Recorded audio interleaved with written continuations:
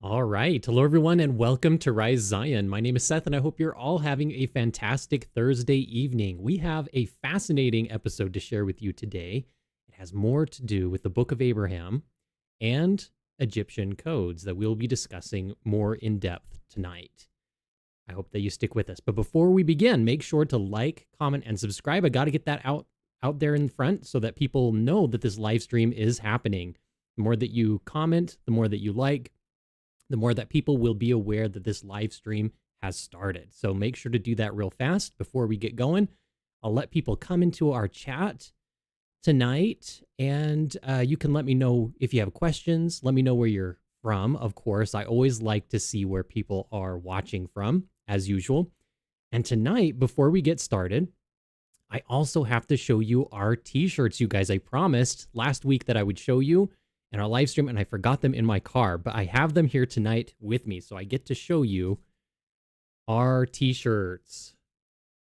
So here we have the navy blue t-shirt. I don't know if you can see. Oh, there we are.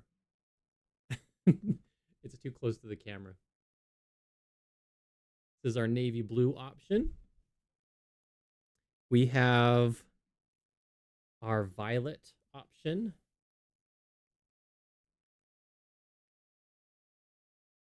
Violet, and of course the traditional black, you guys.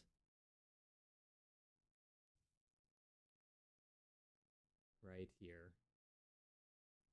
All three of these colors are now available for purchase on our website. Welcome, Kim. Kim Fisher has joined us from Utah. All right. Looks like we're getting people joining us already. But yeah, I thought I would just show you real fast our t-shirts so that you know that we have them. We're in the process of getting them shipped out this week. So if you've ordered one, you've been patiently waiting all this time, you're about to receive your shirt. Finally. So I'm really happy to be able to get these to you guys. But yeah, we're going to dive right into today's topic today. Let me just come over here real fast. Welcome, welcome. Oh, Jesse says, love the shirts. I hope that people love them when they arrive too. I have to talk about them just a little bit too, I suppose.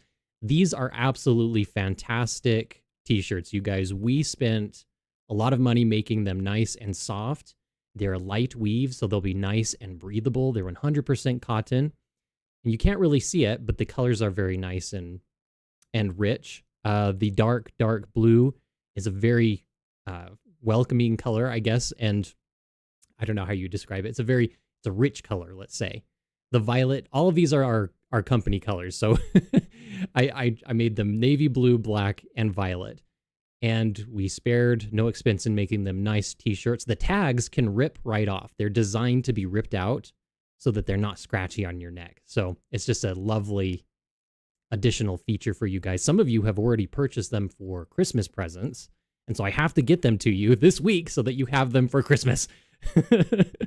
I have them all packaged up in a box, and they should be arriving in purple packages. So I made sure to buy packages that would be appropriate to our branding, which is purple and gold.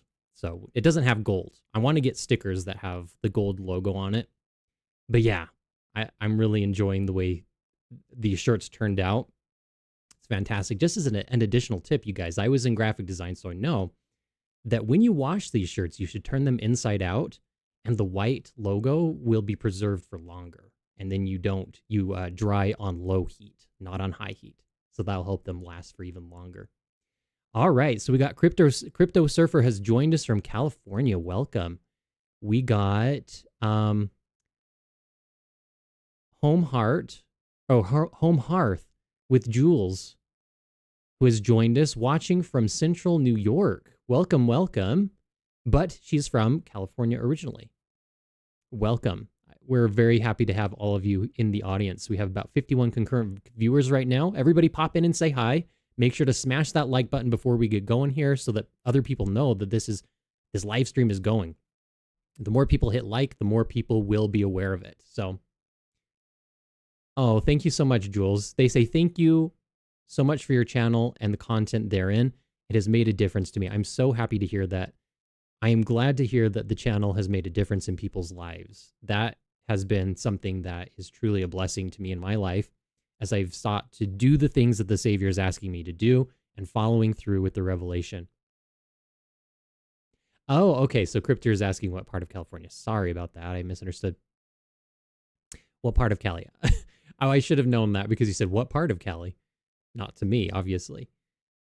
But yes, welcome, Crypto. And I apologize to you. I know that you've told me where you guys are from, but I just don't remember. I'm sorry for that. All right. Well, I'm going to dive right into this topic together so that people know what we're going to be talking about today. All right. So tonight we're going to explore something that, if you truly understand it, will change the way you read the book of Abraham forever. This is truly provocative, you guys. So most Latter-day Saints open the book of Abraham expecting history, a story, maybe some doctrine, but almost no one realizes that the text might actually be something even bigger, something ancient and symbolic, something deeply connected to the most sacred ordinances restored in the latter days. What if the book of Abraham isn't just scripture? What if it's temple text as well? What if Abraham's journey isn't just about altars and covenants and visions, but about ascending to God, receiving priesthood, approaching holy spaces, and passing through sacred stages in a divine pattern that mirrors the temple experience itself? We talked in a previous live stream last Thursday, and we gave kind of a general outline, and today we're going to be doing a more deep and thorough dive into this topic, because truly it goes a lot deeper than what we discussed yester Thursday. And what if this entire structure, this entire spiritual architecture has been sitting right in front of us for nearly 200 years, and we simply never recognized it? Dr. Stephen O. Smoot's new interpreter paper, Temple Themes in the Book of Abraham, makes a bold claim, a claim that is shaking up scholars, surprising seasoned temple workers, and giving regular members a brand new way to understand this extraordinary text. He argues that the Book of Abraham is saturated, absolutely dripping with temple symbolism, not occasionally and not subtly, but intentionally, structurally, and overwhelmingly. According to Dr. Smoot, Abraham is not just traveling across the Middle East, he's traveling a covenant path. He's moving through sacred space. He's engaging in rituals of dedication, sacrifice, priesthood, ascent, and divine communication, the same elements found in ancient temples, and the same themes revealed in modern temple worship. And here's where things get even more interesting. Joseph Smith translated and published the Book of Abraham in 1842, the exact year he introduced the Nauvoo Temple Endowment. Coincidence or divine timing? How much of what Joseph restored in Nauvoo was already present, encoded in Abraham's story? How much of the endowment's symbolic structure can be traced back to the covenants, visions, and ascension patterns embedded in this ancient text thousands of years earlier? Smoot's research suggests that the Book of Abraham may not simply prepare us for the temple, it may actually parallel the temple. It may mirror the temple imagery. It may be one of the earliest witnesses of how God brings his children into his presence, step by step, covenant by covenant, from altar to altar, from world to heaven, from mortality to glory. And tonight, we're going to break this down piece by piece in greater depth. We're going to look at Abraham's story with fresh eyes. We're going to explore his priesthood quest, his altars, his visions, his sacrifices, his sacred encounters. And we're going to see how these ancient patterns echo through time and reappear in the restoration in stunning, breathtaking ways. And by the end of this live stream, you may find yourself asking, have I understood the Book of Abraham my entire life? Have I missed the temple themes that were hiding in plain sight? Has God been teaching this pattern from the very beginning? If you love the temple, if you love the scriptures, if you love discovering connections that make your faith come alive, then you're in the right place tonight, because tonight we're going to go on a journey, the same journey that Abraham went on, a journey from the chaos of the world to the order of God, from confusion to covenant, from sacrifice to revelation, from earth to heaven. So let's get started tonight, you guys. But before we do, let me come over here in the chat. Welcome everybody who's just joined us. Home Hearth is responding and saying, I was born in Lompoc, but raised in the Bay Area. My ancestors were in pioneer companies to cross the plains. I have been inactive too long And I'm here. Well, welcome so much home. Jules, I guess I will call you Jules. As I said before, it's always a wonderful thing to me that the podcast can help people to come back and to be active in the church again. That's kind of a great part of why we're doing this channel as well. Lindsay Black, welcome, Lindsay. Hello, everyone. She says, Kim Fisher says, your theme song is the best. Thank you. I appreciate that. Yes, it's a theme song that is just a musical rendition of a song that already exists. I don't remember who actually wrote it, but it's called Manifest. And we just took a portion of it that I particularly liked and had a rising, swelling theme to it. And I created the animation for the logo as it approaches. All right, so Rin is from Indianola, Utah. Welcome. And Crypto says, I am originally from California as well. Crypto Server says, super. Lindsay Black says, oh, this is going to be good. I was listening to Carrie Milstein that was talking about the connections between the Book of Abraham and the temple. So fascinating. Yes, it is. I'm very excited to get started, you guys. Lindsay Black says, the theme song is a good ditty. Yes, it is. I hope everybody loves it. It's supposed to be energetic and fun. So I have always thought that the Book of Abraham was the most temple-rich scripture we have. Interesting. I've always suspected that, but I've never really dove into it this deeply before. And I think that you'll be very surprised as well. Okay. So let's get started with this tonight. You guys, we have 100 people who have joined us so far. And again, if you'd like to join us in the chat, please feel free. There's 97 of you, or there's almost 100 well, there's 97 it says now. It was 100 just a second ago. But there's 100 of you in the chat, or 100 of you watching right now, so feel free to join us in the chat. If you want to help support the channel, feel free to send super chats, and that's one surefire way to make sure that I will read your chat, if it's appropriate, of course. And I will try to get through all of your chats, but I don't guarantee it because we might just have so many chats that I won't be able to read them all. But in any case, I will try. Oh, welcome. So we got somebody from Spanish Fork, Utah checking in. Welcome. And Jules says, Abraham is awesome. I agree. So let me read this. I'm having a really hard time reading this gray text, you guys, because it doesn't stand out very much on my computer screen. Lindis, we will call you Lindis from Spanish Fork. And we have Jules from California. We have Lindsay from the Book of Abraham and Moses are truly the pearl of great price. I totally agree with that. Oh, and Jules' uncle lives in Alpine, Utah. Hopefully he joins us tonight and we'll be able to chat with him as well. Okay, let's get started tonight, you guys. I am very excited to get reading this fascinating paper with you. From the Interpreter Foundation, as we said before, written by Stephen Smoot, Stephen O. Smoot, entitled Temple Themes in the Book of Abraham. We don't have to read the abstract. All right. It says the hermeneutical tradition. Hermeneutical means the study of the origin of language. Tradition of the members of the Church of Jesus Christ of Latter-day Saints bears unmistakable witness to the sustained interests in reading Scripture through the perspective of the temple. The Book of Mormon and the Book of Moses in the Pearl of Great Price have received this interpretive treatment, with a variety of authors offering useful approaches that discern clear temple themes in Latter-day Saint scriptural texts. That Joseph Smith's scriptural translations, as well as his revelatory outpouring, directly influence the form and content of the temple endowment ceremony, as experienced by Latter-day Saints, cannot be doubted. That is powerful language, you guys. It can't be doubted, he's saying.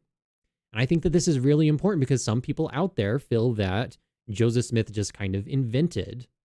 And I mean, I guess that doesn't preclude the possibility yet, but some people out there make the claim that Joseph Smith just invented the temple ceremony, that it has come up with this based on, what was I going with it?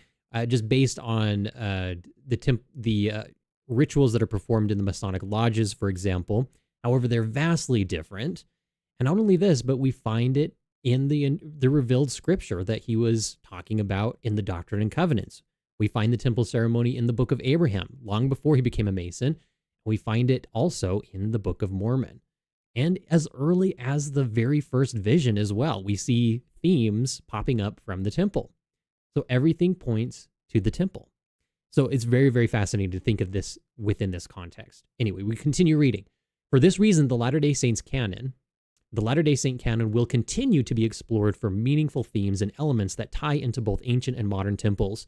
Besides the Book of Mormon and the Book of Moses, which have commanded the attention of many Latter-day Saint interpreters, the Book of Abraham and the Pearl of Great Price is also replete with temple themes. This book, however, has received comparatively minimal analysis as a temple text. With a few exceptions, Latter-day Saints have typically neglected the Book of Abraham in their discussion of temple texts. This is unfortunate since, as Terrell Givens rightly observed, the Book of Abraham that Joseph Smith produced was a small text, but it was seminal in the development of his mature theological enterprise. This, Givens recognizes, includes the development of Joseph Smith's temple theology, or his grand theological project involving the ordinances of the temple that was the summit, the culmination of his entire work of restoration. This paper seeks to provide a few examples of how the Book of Abraham can be read as a temple text, or otherwise how the temple and temple themes feature in the text. And this is kind of interesting too, just going back just for a moment what we were talking about. Givens is viewing this as I don't know, it seems like sometimes when we're reading scholars, they have this idea that kind of shows an iterative process of revelation. So they're kind of making it seem like Joseph Smith is going through this process of revelation. And it's really fascinating thinking of the Book of Abraham as the culminating and the seminal work that really ties everything together for Joseph Smith. So yeah, it's really fascinating looking at it in this way. And as we mentioned before in the other podcast as well, all of this had to come out before he was martyred. And Joseph Smith predicted his own assassination. And so we get all of this, like this outpouring right before his death in the Nauvoo era. So we see we get all of this revelation concerning the temple. We get the Book of Abraham. We get the endowment that is revealed in the upper rooms of the red brick store by Joseph Smith himself. And we get the temple garment revealed and other temple clothing right before Joseph Smith is assassinated. He knew, and God knew, that he had to get this all out in the open before he passed away. So Joseph Smith really played a central role in this. You might be saying, well, yes, and Brigham Young could have done it as well, right? And that's true. And he did restore a lot of it. Brigham Young did. But I think that God wanted Joseph Smith to play the key role in bringing about these revelations, because from the very beginning, we see it even in the first instance, the very first vision. We see references to the temple text. We continue reading. Before we proceed any further, a simple working definition of temple text is in order. Jeffrey M. Bradshaw, whose contributions to the Latter-day Saint temple theology remains indispensable, he has provided an effective definition of this category, drawing on the work of scholars John W. Welsh and Margaret Barker. Margaret Barker is a name that has come up quite frequently. She is a Methodist, I believe. And she's played a key role in several works recently. I think that she is cited quite a lot. I know that she's cited quite a lot by, oh my goodness, I'm having a brain freeze tonight, you guys. Well, we'll think of it later. Bradshaw defines temple theology as a branch of theology that concerns itself with encountering God or the divine through the signs, symbols, patterns, and the ritual instructions of the temple. A temple text, then, is a text that is infused narratively, thematically, and even structurally with the presence of the temple and temple-related patterns, while temple themes are not those elements in the text that show a conceptual linkage with the temple. Extending this definition, a temple text is a text that captures themes, motifs, teachings, or allusions to the temple, a text that grounds its narrative and cosmology in the temple or in the sacred space, and a text that interplays with temple ritual, and vice versa, and a text that thematically incorporates the structures and purposes of esoteric ritual that is performed in the temple or other sacred spaces. My approach to the Book of Abraham as a temple text in this study highlights two aspects of what makes this book such. The first is how the temple, or the idea of sacred space, features in the text. As we shall see, temple elements are depicted throughout the story told in the pages of the Book of Abraham, where at key moments, these elements are embedded or otherwise featured prominently. The second aspect is how the text, in its canonical form, interplays with the modern Latter-day Saint temple endowment, or otherwise how modern Latter-day Saint readers of the Book of Abraham might bring their temple experience and knowledge with them into their engagement with the text. Okay, so we're supposed to apply this with what we know. Okay, that's crucial to understanding. Okay, according to the appointment of God, Abraham the high priest. And it sounds like some of you out in the audience have already started to do that. And I think that probably most of us have looked at it in some ways. We're going to go even deeper today. So hold on. Let's come over here to the chat and see what you guys are saying.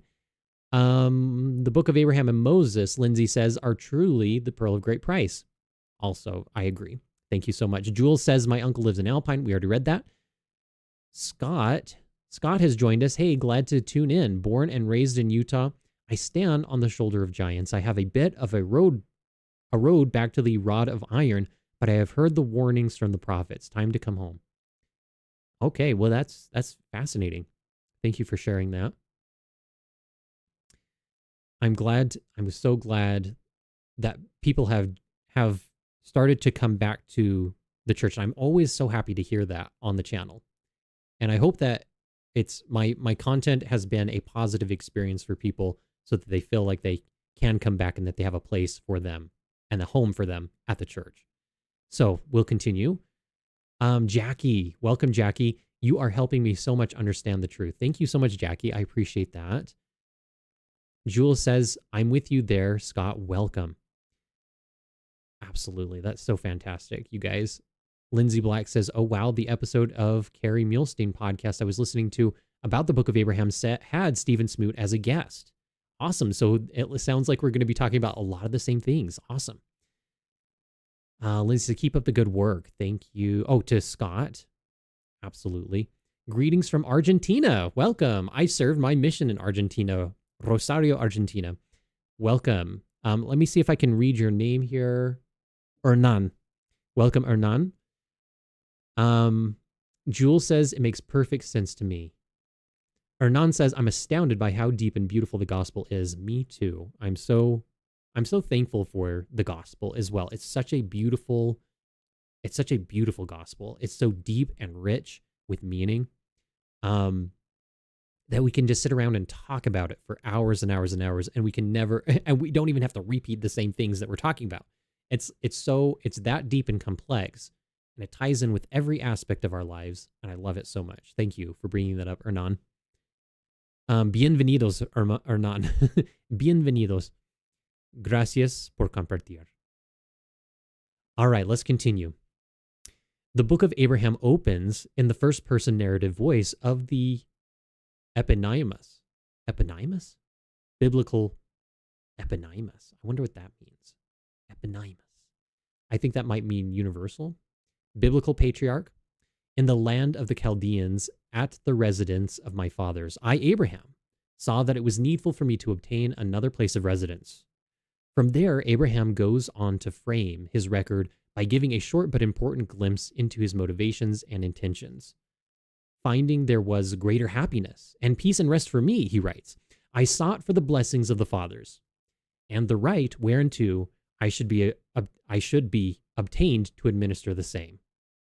Avowing that he was already a follower of righteousness and one who possessed great knowledge, the patriarch goes on to specify that through his lifelong endeavor to follow God, he became a rightful heir, a high priest holding the right belonging to his fathers. Oh, belonging to the fathers. Sorry, not his father. His father was actually quite wicked. This priesthood, we are told, was conferred upon Abraham from the fathers. That is, it was a patriarchal priesthood that was previously held by Adam and other primeval prophets. I sought for mine appointment unto the priesthood according to the appointment of God, Abraham further specifies. The theme of Abraham's priesthood legitimacy is a prominent leitmotif, sorry, that runs throughout the text. And readers again encounter this narrative element later in the book. The overall point is clear. Abraham can count himself as belonging legitimately to the patriarchal priesthood of his righteous forebears, in stark contrast to pretenders like Pharaoh. Okay, this is actually really important, you guys, because we have in the church something unique, and that is a direct line of priesthood that extends, or priesthood legitimacy that extends, and I would add to that,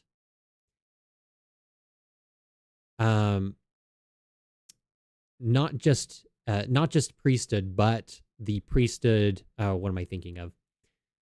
The blessings of the patriarchs, the blessings of Abraham, a part of the Abrahamic covenant. That's what I'm looking for.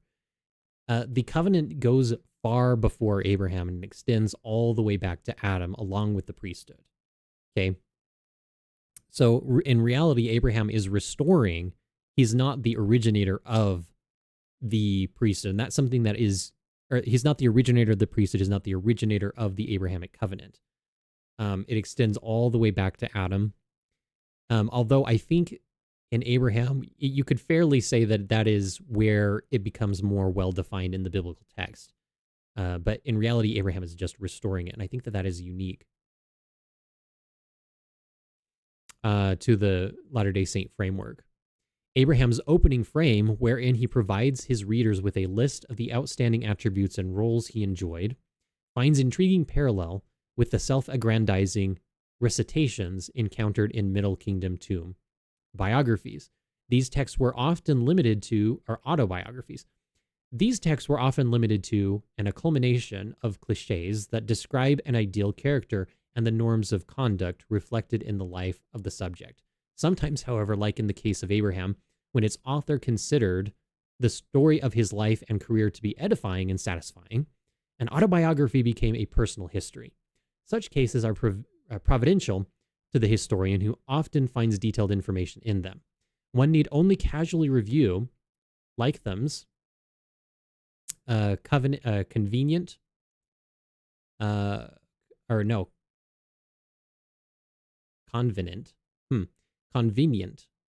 convenient, am I overthinking this? Assemblage to spot the similarities. Oh yes, convenient assemblage to spot the similarities in how Abraham frames the outset of his autobiography with how his contemporaries from the 11th and 12th dynasty do the same. Interesting. Okay, so indeed, no less than the celebrated 12th dynasty tell of Sinhu, which opens with the eponymus, hero cataloging his achievements and high rank, strikes a familiar chord with the opening of Abraham's account, even if it is widely regarded by Egyptologists to be fictional. Okay. Yes.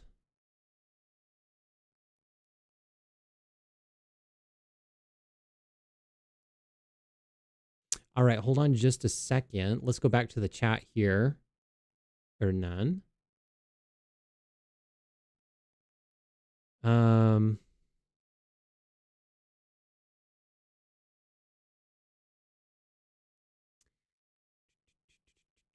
I'm astounded by how deep and beautiful the gospel is. Okay, Cryptoservice says self-titled. I don't know. It must be referring to somebody else. Oops. Pardon, or none. Okay, Melchizedek is not coincidental. Absolutely, it is not coincidental. Jules says, Father Abraham. Love notes from God. Welcome, Melissa. Melissa has joined us. Hello from Idaho, USA. Welcome, welcome. And, oh, yes, Nil is new in the chat. Welcome, Nil. Abraham paid tithes. It's because then they knew more. It's because then they knew more than our founder did before the Grove. After the Grove, he knew more. Just couldn't find words for it. Oh, that could be. That's a very interesting point. Linny from Las Vegas says, I just got here. Welcome, Linny. We are so glad that you're here. Catch the Buzz says, hello again. Always Catch the Buzz. Melissa is Melissa again. All right, let's continue. But what do these opening lines from Abraham's record have to do with the temple? In fact, the patriarch's mention of his appointment unto the priesthood and his status as a high priest, holding the right belonging to the fathers, at once cast his life mission and his record in the temple context. Okay, so it's saying right away at the very beginning, is making sure that everybody knows in the text that his life is within this context. It should be viewed within the context. His life mission should be viewed within the context as and his record in the temple context. Okay, so everything should be viewed within the temple. Oh,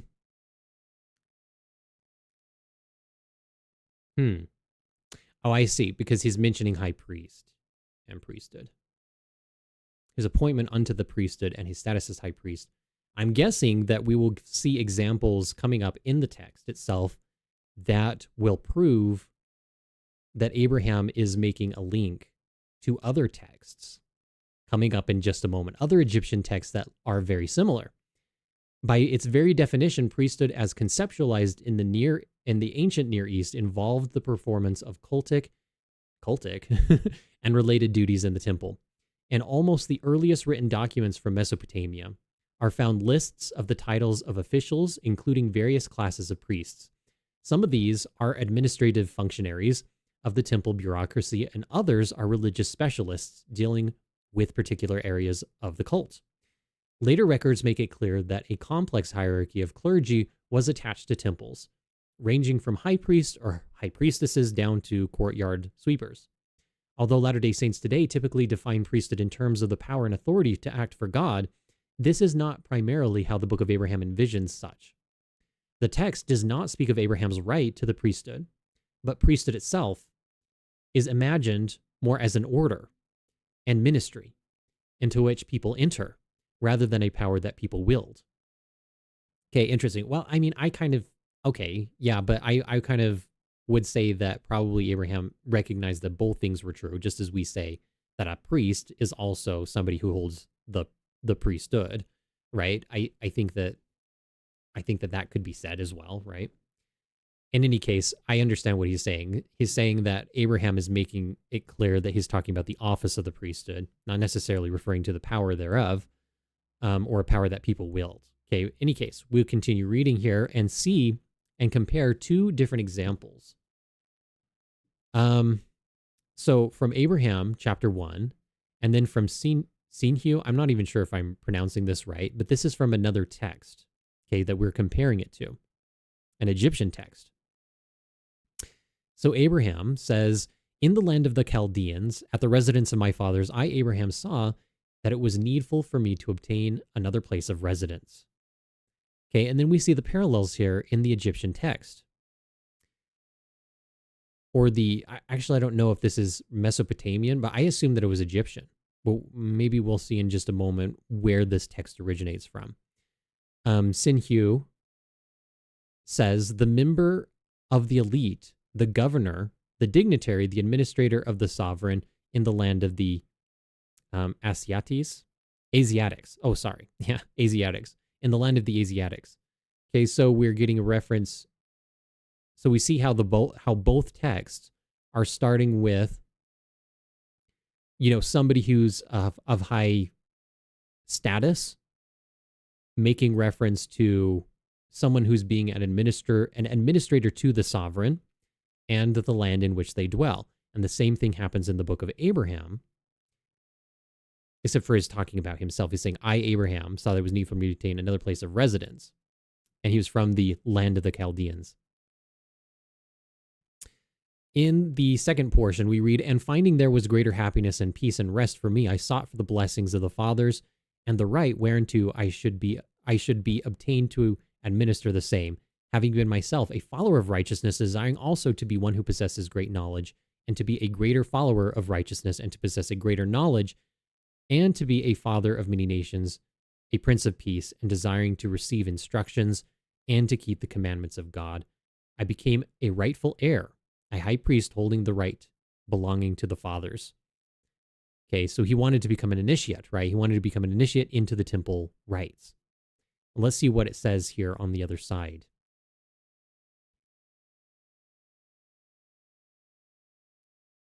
It says in the other text, "A true acquaintance of the king whom he loves The follower, Shinyu, who says, I am a follower who follows his lord, a servant of the royal chambers, and of the elite lady, great of blessing, the wife of the king, Sinwosret, in united of palace, the daughter of the king, Amininmenhat, in exalted of perfections, Neferu, lady of honor. Interesting. How might this understanding of priesthood in the context of the temple affect our reading of the Book of Abraham? Priestly service in ancient Egypt was prestigious, since the practitioner of cultic duties was filling an essentially royal role, acting as a liaison between humanity and the gods. What's more, temple reliefs portray the king as the sole practitioner of all divine cults, the quintessential high priest of every god's temple. Although the king presumably performed cultic activities on special occasions at major temples, a hierarchy of local priests was responsible for performing the daily cultural rituals in temples throughout Egypt. This understanding cast Abraham's appointment as the high priest in a new and significant light, as his text can now be read as the patriarchal self-affirmation of his rightful status as God's emissary on earth, and as a refutation of Pharaoh's attempt to feign claim to the right of the priesthood. Abraham's depiction of his premortal election as a ruler nicely complements this rejection of Pharaoh's claim to priesthood authority, thereby reinforcing and highlighting the rhetorical craft the patriarch put into his account. In addition, his understanding amplifies the significance of Jehovah's covenant with Abraham as described in Abraham 2, 6-11 by recasting the blessing of the covenant as specifically temple blessings. Abraham's role as the intermediary and bearer of this covenant between Jehovah and the nations of the earth can, with this reading, be understood in priestly terms. A point which is made explicit at Abraham 2:11 and further clarified by modern revelation, which affirms that men and women actualize the promised blessings of the Abrahamic covenant by entering into the restored temple priesthood and the new and everlasting covenant, found in Doctrine and Covenants, section 131, 132, and 29. All right, so this is interesting. Inextricably linked to the Book of Abraham's depiction of Abraham as a rightful high priest is the book's depiction of Pharaoh, Abraham's rival as a pretender whose priesthood is counterfeit. In this regard, the primeval history of Urgeshkite,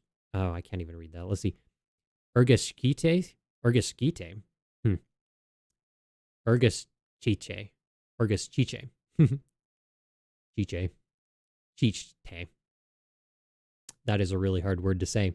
Urgeshkite, recounted at Abraham 1:21-28, can be read as a foil to Abraham's own mainline narrative that describes his journey into the priesthood and his covenant with Jehovah. According to the Book of Abraham, the first government of Egypt was established by Pharaoh, the eldest son of Gyptus, the daughter of Ham, and it was after the manner of the government of Ham, which was patriarchal. This Ham was the son of Noah, who sired the Egyptians, and who through means not entirely clear incurred a curse upon his posterity, Canaan. The Book of Abraham expands upon this enigmatic episode by saying that the curse pertained to the priesthood, so that despite being a righteous man who established his kingdom and judged his people wisely and justly all his days, Pharaoh nevertheless could not have the right of the priesthood, notwithstanding his attempt to claim it through Noahic succession. Exegetes have long grappled with this pericope, which is frustratingly sparse on detail. One interpretation, however, can be immediately ruled out, which is that Pharaoh's curse that disqualified him from the priesthood was black-skinned. Yeah, that's true. This is going back to where many people had the misconception for the curse of Cain.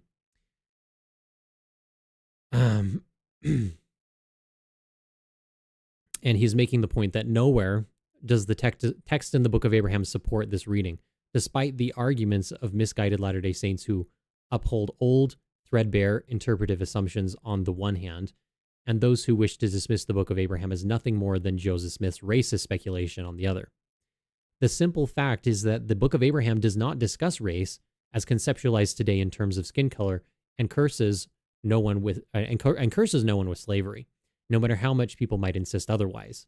So while we may not be able to say what precisely the curse of Ham and Pharaoh is, we can with some confidence say what it isn't. But this leaves us still wondering what any of this has to do with the temple. The answer lies in verse 26, which indicates that Pharaoh sought earnestly to imitate that order established by the fathers in the first generations in the days of the first patriarchal reign. Recalling the ancient understanding of priesthood, which is evoked in the next verse, this order that Pharaoh meant to imitate can be understood to be the temple priesthood that extended back to Adam. Pharaoh's attempt to establish hold on just a sec. I missed where. Okay. Pharaoh's attempts to establish an ersatz priesthood that rivaled Abraham's was illegitimate, not because of his skin's pigmentation, on which the Book of Abraham is silent, but simply by virtue of his belonging to the wrong patriarchal lineage. On this point, the text is explicit, informing us without even the slightest hint of the melanin content of the skin that Pharaoh was of that lineage, by which he could not have the right of the priesthood, notwithstanding the pharaohs would fain claim to it from Noah through Ham. Abraham, by contrast, could rightly claim his authority by virtue of being a descendant of Shem, Noah's firstborn, which was confirmed by the records of the fathers, even the patriarchs, concerning the right of the priesthood that God had preserved with the patriarch. In short, in the Book of Abraham, there is no exclusive equation between Ham and Pharaoh, or between Ham and the Egyptians, or between the Egyptians and the blacks, or between any of the above and any particular curse. What was denied was recognition of patriarchal right to the priesthood made by a claim of matrilineal succession. The old racist reading of the Book of Abraham can be safely disregarded, and a new reading substituted that situates the text in a temple setting because of the priesthood's denial by virtue of improper lineage. Pharaoh had to make do by insinuating a counterfeit temple order and priesthood that was only a poor imitation of what Abraham rightfully inherited from his primeval ancestors. Okay, very fascinating. I actually love that explanation a lot because it's true. The Curse of Cain does not ever reference skin color. The Curse of Cain only references priesthood, and the inability of Ham to have the priesthood doesn't represent what their skin color was at all in the text. And in fact, from historical records, we know that many Egyptians, it was a quite diverse group of people, the Egyptians were, but the majority of them were actually more Mediterranean looking. So they were not like what we would expect from, people say often that the Egyptians were black. There were black people. There were Nubians in the Egyptian empire, let's say, but the majority of Egyptians were in fact more Mediterranean and had fair complexions. There were even redheads amongst them. So they were quite a diverse group of people. But in any case, let's come over here just in the chat for a moment and read what you guys are saying.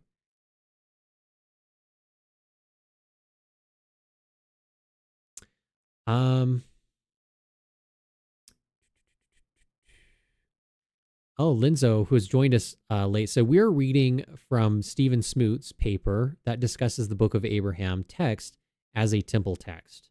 And we're going through and we're analyzing the Book of Abraham within that context, which is really fascinating.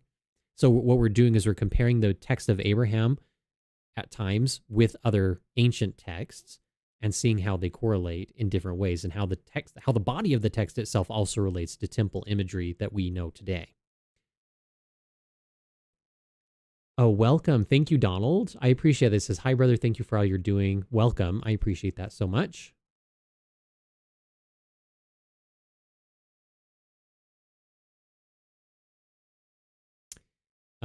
Let's see. Let's see.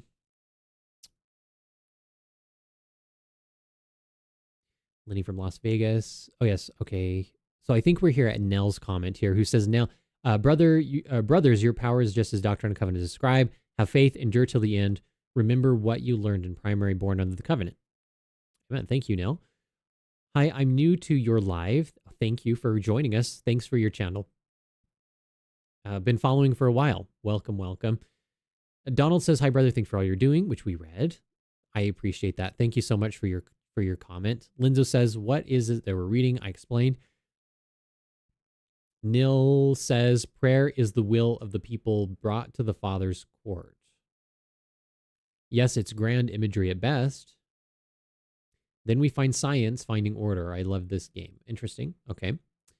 Not sure exactly what you're referring to. Jules says, the priesthood power is such a blessing. Having spent many years without it, I have surely missed it. Okay, Neil says, "But hey, leave them kids alone." Okay, thank you.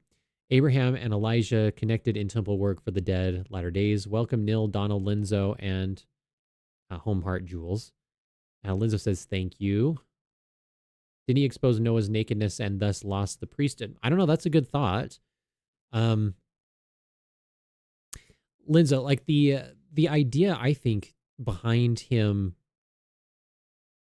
taking the garment, it does seem to me that he was trying to force something that he was not allowed to have.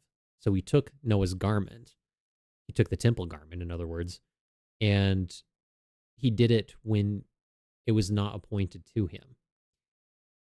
So I'm not sure exactly the details behind that, but it does seem to me that that is the curse, in fact, and doesn't have anything to do with skin color at all, as this paper is pointing out. So yeah, it was. We know that some of the sons took Noah's garment and exposed Noah's nakedness.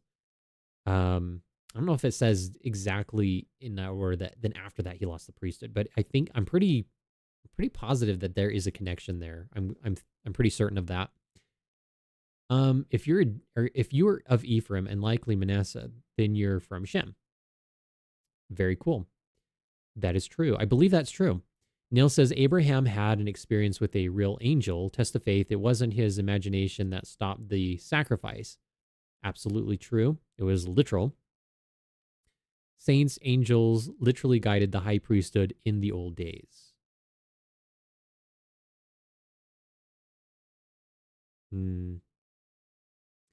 Absolutely true. Thank you for sharing that, Nil.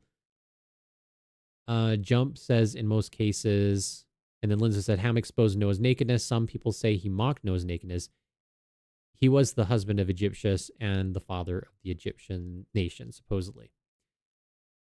Yes, Neil says most cases you hear guidance in your mind or in your ear. That's the Holy Ghost. All right, I think we're gonna have to move on. Yes, but that is true.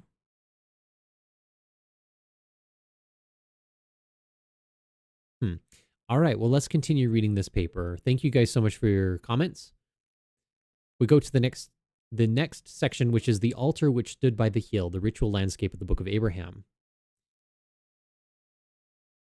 which says, among the unique and important details about the life of the patriarch provided by the Book of Abraham are the references to the geographical fixtures of his homeland in Ur. The first chapter of the text explains how Abraham's idolatrous kinsfolk in Ur had established a syncretic cult. They had established a syncretic cult that venerated the Northwest Semitic and Egyptian deities and which practiced human sacrifice after the manner of the Egyptians. Embedded in this description at verses 10 through 11 is the comment that this cult was operative by the hill called Potiphar's Hill at the head of the plain of Olashem, which is a real place, in fact, where it gave thanksgivings in the form of executed victims on the altar. Yeah, so killed execrative. One of the first scholars to recognize the significance of this passage was Hugh Nibley, who as early as 1969 observed that the description of Potiphar's Hill being a site of ritual sacrifice qualified the location as a cult site or ritual complex. These ancient cult centers, writes a more recent authority, were the prime location and focus of ritual activity. Temples and shrines were not constructed in isolation, but existed as part of what might be termed ritual landscape, where ritualized movements within individual buildings, temple complexes, and the city as a whole shaped their function and meaning. And that's true, especially in Egyptian culture, you guys. The Egyptians built their entire cities around the temples that they constructed, and they even aligned the temple entrances with significant astronomical dates, so that in certain times of the year the sun would set at exactly where, you know, the opening of the temple was, for example, to commemorate a certain date. And they did this quite frequently. So everything within the Egyptian culture did this. So I think that he's trying to make a connection between the Book of Abraham as well. Pilgrimages to these ritual complexes are well attested, as also to the offering of sacrifices, from its description of ritualized activity by a dedicated priesthood in the service of a selected group of deities to its mention of sacred architecture at the site. In every applicable aspect, the portrayal of the activity going on at Potiphar's Hill in the Book of Abraham qualifies the location as a cult center. This added context to the inaugural narrative of the Book of Abraham affects our reading of the text in two primary ways. First, it provides local color to the historical and geographical setting of the Book of Abraham. The text mise en science, as Nibley and Rhodes rightly recognize. And second, it throws Abraham into a sacred ritual landscape and his narrative into a temple context, wherein the patriarch is not just narrating his escape from the clutches of his murderous kinsfolk in Ur, but also their profane ritual practices and sites. The second point is reinforced when we consider Abraham's near sacrifice being next to a hill or a mountain in ancient civilizations from Egypt to India and beyond, writes Richard C. Clifford in his landmark study, The Mountain Can Be the Center of Fertility, the Primeval Hillock of Creation, the Meeting Place of the Gods, the Dwelling Place of the High God, the Meeting Place of Heaven and Earth, the Monument effectively upholding the order of creation, the place where God meets man, a place of theophany. Yes, and this is very true. And I've said this again and again, but every time that the scriptures mention mountains or going up to the mount, we should think of temple theology and temple liturgy. Especially in the New Testament and the Book of Mormon. And, well, not only the Book of Mormon, but the New Testament and Old Testament and the Book of Mormon. As already recognized and discussed with insightful clarity by Nibley, with its depiction of Potiphar's Hill, the Book of Abraham marks the location of the ritual sacrifice of the patriarch as the sacred Urguel, the first land to emerge from the great waters and the place where the sun first rose on the day of creation in the ancient Egyptian cosmic imagination. That the temple was and is conceptualized as the architectural embodiment of the cosmic mountain needs no additional elaboration.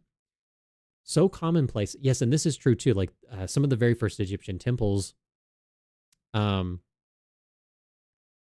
make that very clear, and actually they come in groups of 3 too, and they mirror so closely our first temples. The Salt Lake City temple, for example, does this very well, where you move from room to room.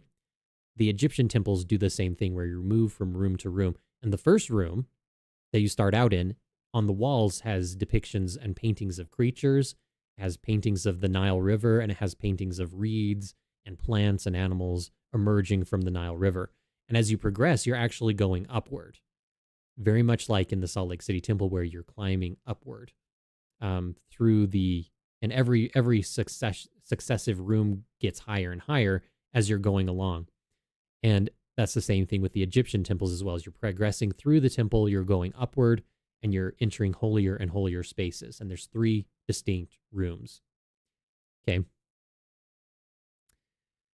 So commonplace is this notion that it has become a cliche within Near Eastern scholarship. The theme is extremely common in ancient Near Eastern text. What we thus encounter in Abraham 1 is the narration of a ritualized struggle for cultural legitimacy between Abraham and Jehovah on the one hand, and Pharaoh and his array of false deities on the other. A cosmic battle for nothing less than the total supremacy over both the divine and human realms. And it becomes even more significant, you guys, when we realize that the Egyptian gods were actually real and not imaginary beings. Okay? And you can look at that in different ways as well. I'm of the opinion that the Egyptian gods are, in fact, Satan and his followers who became gods, Egyptian gods. But the fact of the matter is that the Bible recognizes multiple gods. We can't ignore this fact. It recognizes that Jehovah is the one God that salvation comes through, and before him there are no other gods, right? That is a comparative verse that's found in Isaiah that is saying not that Jehovah is the only God in existence, but it's saying that before Jehovah, there is no other gods. It's a verse of comparison that makes it clear that before him, Jehovah is the most powerful God that there is. It doesn't exclude the possibility that other gods exist. And it's very important to recognize that, because when Moses goes back to Egypt, Pharaoh's priests transform their staves as well into serpents, and they have real power. And the fact of the matter is that Noah, or that Moses's staff, when it's transformed into a serpent, consumes the two staves of the priests. And every single plague of Egypt is actually a refutation of one of the gods of Egypt and that god's power. The symbolism is very deep, Lindsay says. That's true. But yes, this is a cosmic battle that we're talking about. This is nothing less than a real cosmic struggle for the salvation of all of mankind. That's what this is. And when you actually view the scriptures in that way, it becomes a lot more interesting, because then the battle chapters in Alma take on a whole new set of meanings. I mean, of course, all of those things actually happened. They're historical, but we also can view them in much more deeper, as a struggle between the gods. Basically, a struggle between Satan and his followers and Jehovah, who is the true God, right? And that the continuation of the battle in heaven continues on earth today. That's what I think that we're getting to here. We continue reading, though. Twice in the book of Abraham, the patriarch receives a revelation of God's true name, Jehovah, in connection with theophany. Theophany is seeing God, right? Or having a divine experience of seeing God and angels, and covenant. In both instances, the revelation comes at a moment of trial and in a ritual setting that is accompanied by gestures involving the hand. The first occurred when the Lord intervened to rescue Abraham from being sacrificed by his idolatrous kinsfolk. And as they lifted up their hands upon me, the patriarch writes, that's interesting, I never really noticed that before, that they may offer me up and take away my life, behold, I lifted up my voice unto the Lord my God, and the Lord hearkened and heard. Interesting. I'm seeing all sorts of temple imagery here, you guys. And he filled me with the vision of the Almighty, and the angel of his presence stood by me and immediately unloosed my bands. And his voice was unto me, Abraham, Abraham, behold, my name is Jehovah, and I have heard thee, and have come down to deliver thee, and to take thee away from thy father's house, and from all thy kinsfolk, into a strange land which thou knowest not of. Fascinating idea. And he's referencing facsimile number 1. At this crucial juncture in the narrative, the climax to the text's opening pericope, the angel of the Lord's presence, referring perhaps to the Lord himself, acting in his capacity as a divine deliverer, in a vision of the Almighty, declares his true name to Abraham.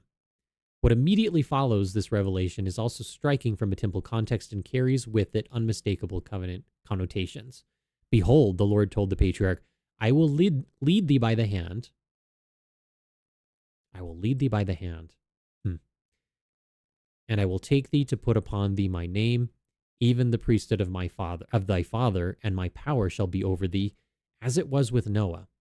So shall it be with thee, but through thy ministry my name shall be known in the earth forever, for I am God. This great theophany that Abraham experienced, wherein he learned the Lord's true name and received a commission to take that name to all nations, thus extending and democratizing the blessings of the covenant, includes elements that hearken to the temple, including the imagery of a hand clasp as a token of recognition, the reception of a new divine name, and another invocation of priesthood. The second occasion where the Lord reveals his name to Abraham was just before his flight into Canaan, using a covenant ceremony involving himself and his nephew Lot. After the death of his brother Haran, or Haran, due to famine in the land of Ur and the backsliding of his father Terah, Abraham writes how he and Lot prayed unto the Lord. And in this ritual setting, the Lord again appeared unto Abraham in theophany and renewed his covenant with him, established in the previous chapter. As John Gee has shown, the covenant pattern or form of Abraham in chapter 2, verses 6 through 11 finds comfortable parallels with covenant or treaty patterns known from Bronze Age sources. What is significant for our purposes is the content of that covenant, which again features temple elements. In verse 8 of chapter 2, I think they're still referring to. After once again declaring his name as Jehovah, the Lord informs Abraham that his hand shall be over him. So that he would become a great nation and a blessing throughout this ministry and priesthood. The recipients of this blessing would also receive the patriarch's name and as a token of their own entry into the covenant. And I will bless them through thy name. So we're seeing here also, I'm noticing this, you guys. I'm noticing that this also has to do with geographical location as well. So as Abraham is moving into the next land or the next room in the temple, right? So we're seeing this kind of geographic location as well. The setting makes a difference as to when he's receiving the next sign and token of the priesthood. And I will bless them through thy name, for as many as receive this gospel shall be called after thy name, and shall be accounted thy seed, and shall rise up and bless thee as their father. The culmination of these priesthood blessings would be the blessing of all the families of the earth, with the blessings of the gospel, which are the blessings of salvation, even of eternal life. A synoptic view of Jehovah's declarations at Abraham chapter 1, verses 15 through 19, and Abraham chapter 2, verses 6 through 11, reveal a multiplicity of common thematic elements in the two speeches, reinforcing the narrative connectedness of these two passages and their shared covenant context. In Table 2, we see a comparison of thematic elements common between Abraham 1 and Abraham 2. Okay. So we're seeing lifting up their hands upon me, that they might offer me up and take away my life. Behold, I lifted up my voice unto the Lord my God, and the Lord hearkened and heard, and he filled me with visions of the Almighty. The angels of his presence stood by me, and immediately unloosened my bands. And his voice was unto me, Abraham, Abraham, behold, my name is Jehovah. I've heard thee and come down to deliver thee and to take thee away from thy father's house, a strange land. Okay. And then highlighted here is lifted up his hand. Lead thee by my hand. Put upon thee my name, the priesthood of thy father. My power shall be over thee. Thy ministry, my name shall be known forever. Okay. And then we'll read in the other chapter in chapter 2. So we see the same themes being repeated. So prayer unto the Lord appeared unto me to take thee away out of Haran, to make thee a minister, to bear my name in a strange land. Hearken to my voice. I stretch my hand over the sea, and it obeys my voice, because I cause the wind and the fire to be my chariot. I say to the mountain, depart hence, and behold, they are taken away. Okay, my name is Jehovah. This kind of is interesting too, because it kind of indicates what priesthood powers we also have. He's like describing what powers he has, but through the priesthood which we hold, we are able to exercise it using those same tokens. My name is Jehovah, and I know the end from the beginning. Therefore my hand shall be over thee, and I will make of thee a great nation, and I will bless thee above measure. In their hands they shall bear this ministry and priesthood unto all nations.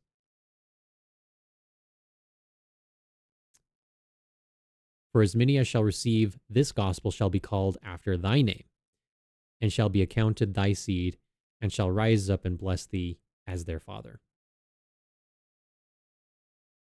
Thy priesthood is mentioned twice at the end there. Interesting.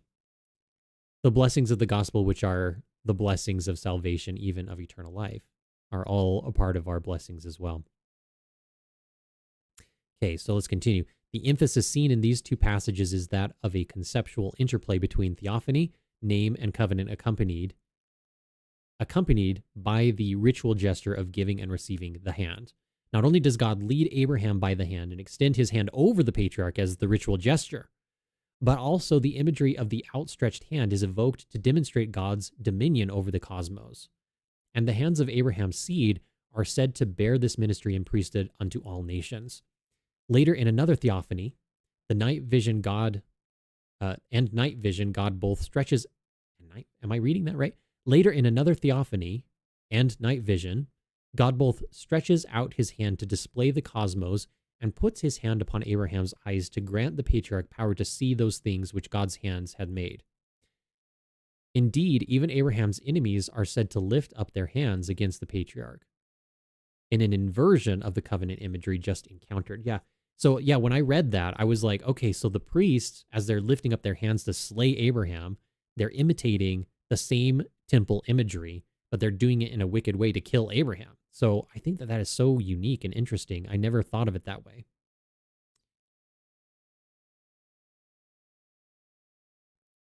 Fascinating.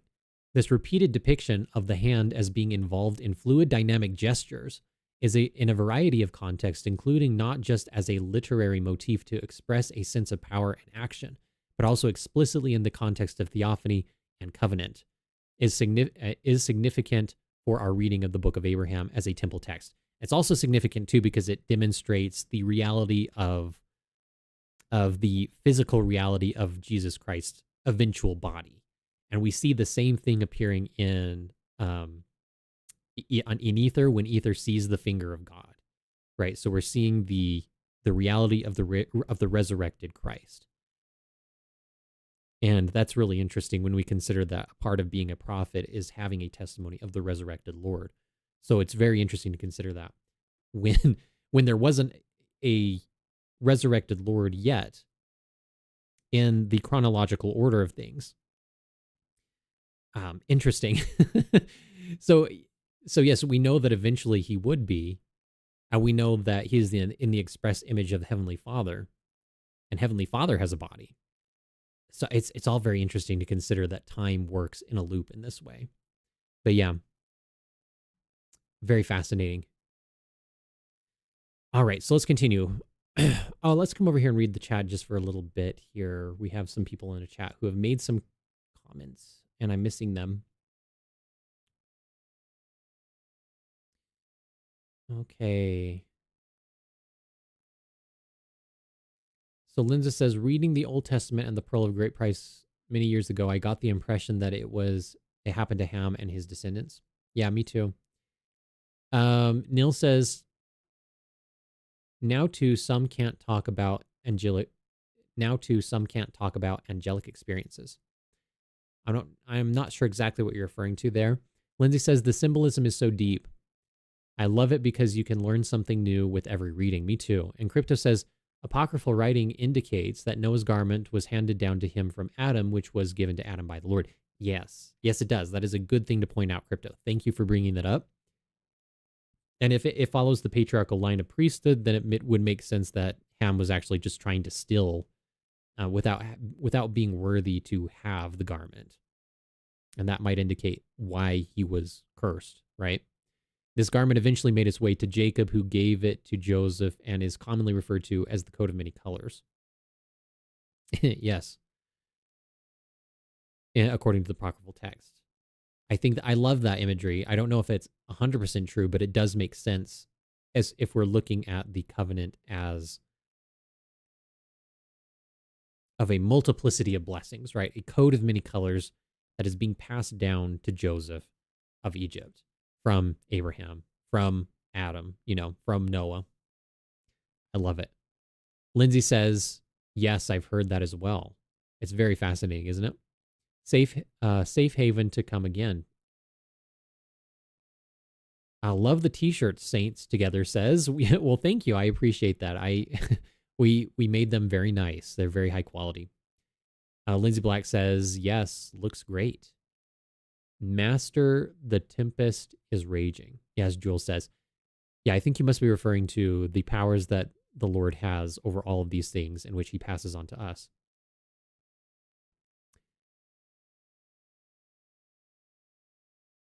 Oh, we got a super chat, you guys. Thank you so much for that. That is very, very generous. Thank you so much. Let me read that right now.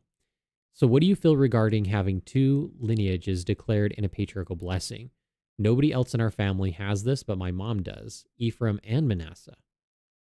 Oh, that's very interesting. That's very interesting considering that each, if that's true, that's very cool because that means that she must have two different responsibilities to take care of. And I'm not sure what the responsibilities of Manasseh are.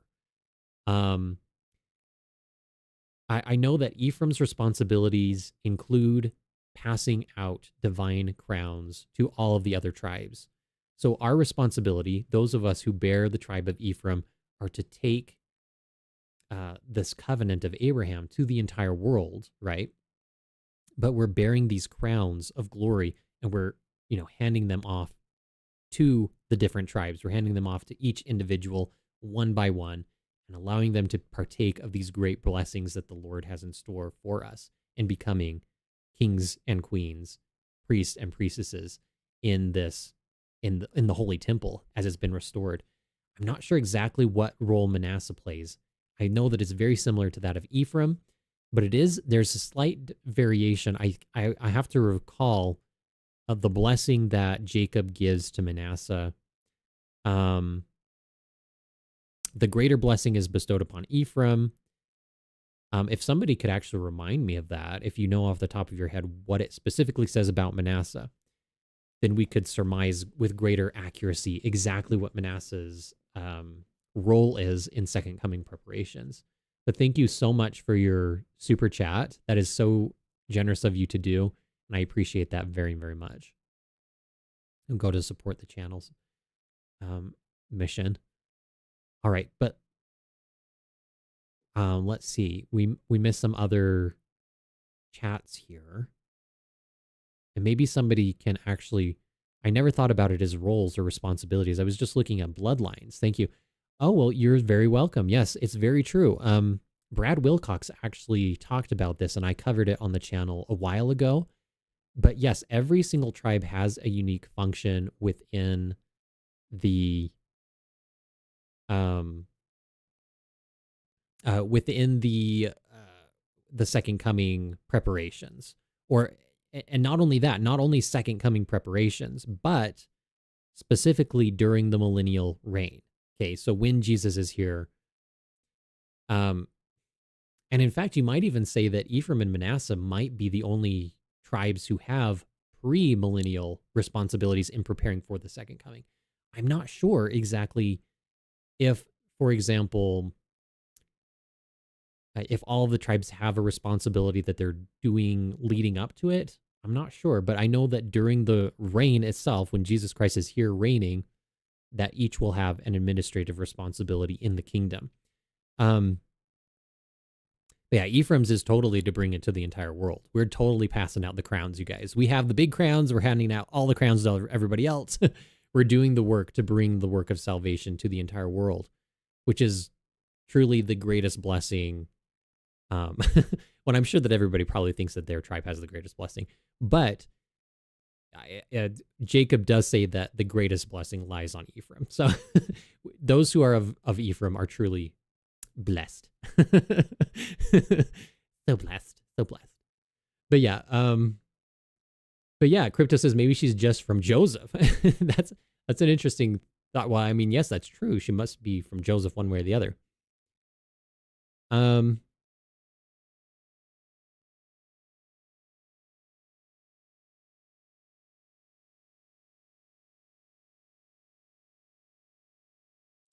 Okay, yeah.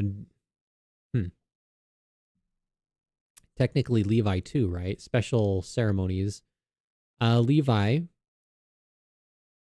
Technically Levi too. Yes.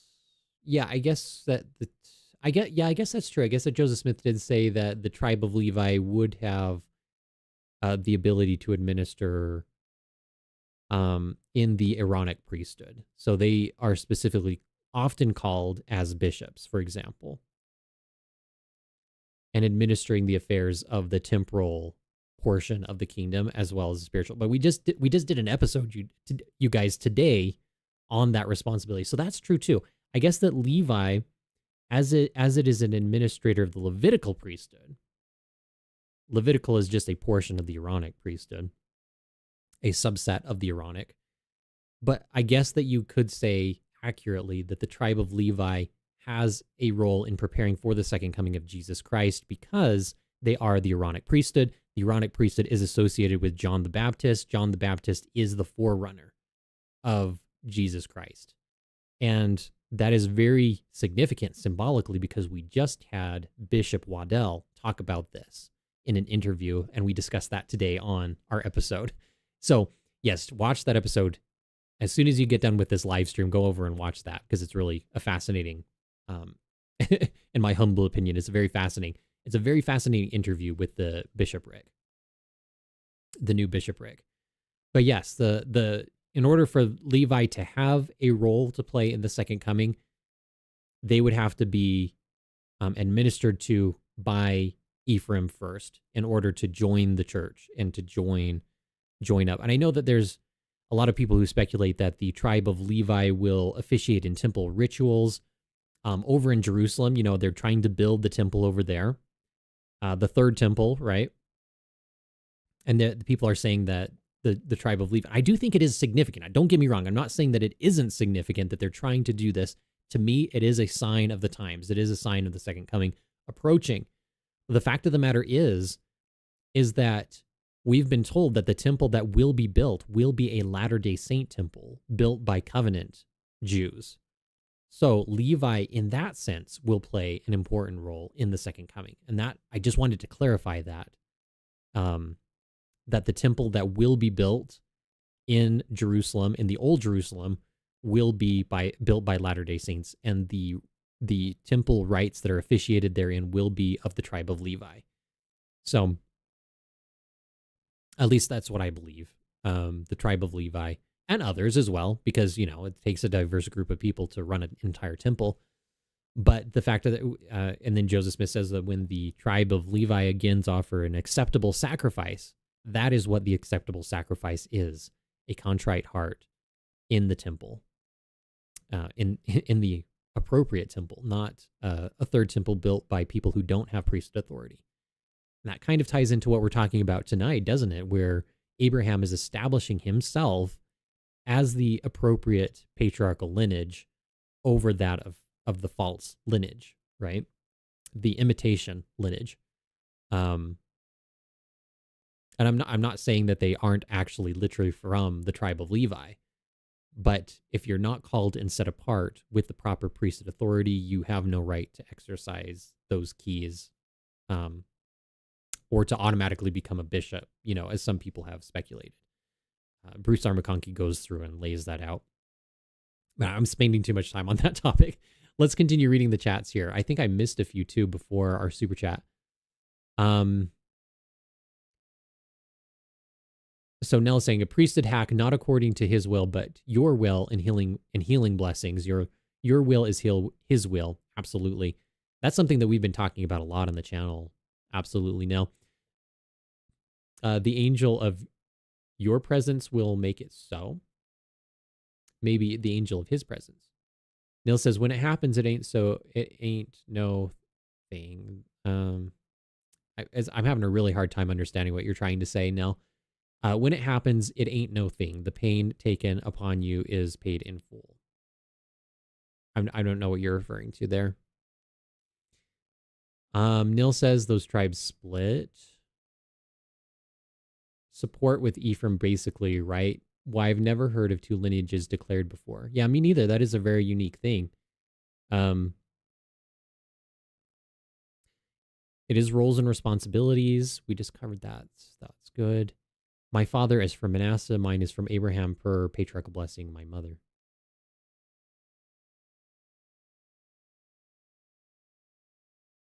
Interesting. Mine is Abraham. Maybe just say she's from Joseph. Saints Together says hello from Idaho. Technically Levi, yes. We just talked about that. Neil says it goes down to DNA. Every father and mother holds a code. The code that makes you is different than your siblings sometimes. No, that doesn't mean Milkman is your dad. Okay, I don't know what you're saying. Linzo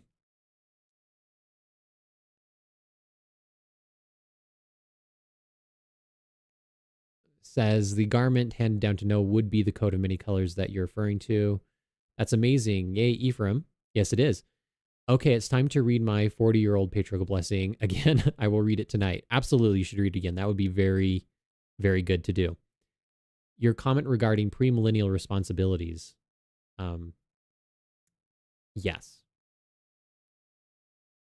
I have 6 girls and 1 son, my hubs and 2 daughters. So far, Ephraim, our son is from Manasseh. Our patriarch said, wow, a lot of prophets have come from that tribe. Very interesting. Scottish, German, Norwegian, English, as it says from where my line came from.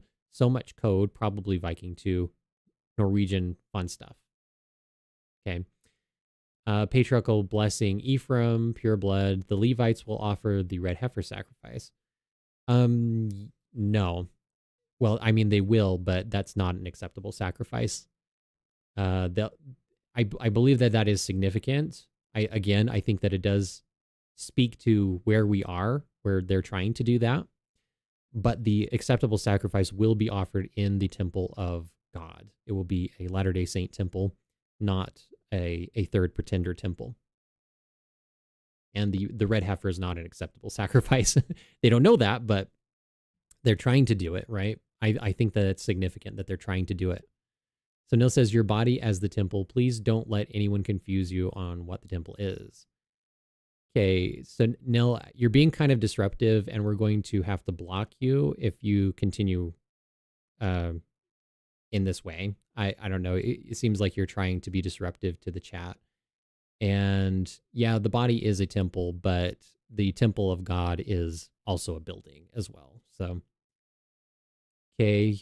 Jules says, Ephraim, the Spirit of God is a favorite hymn of mine. It's one of mine as too. The Spirit of God is very powerful. Spiritually, I love that so much. All right, let's continue reading this here and get through it. We are at this portion.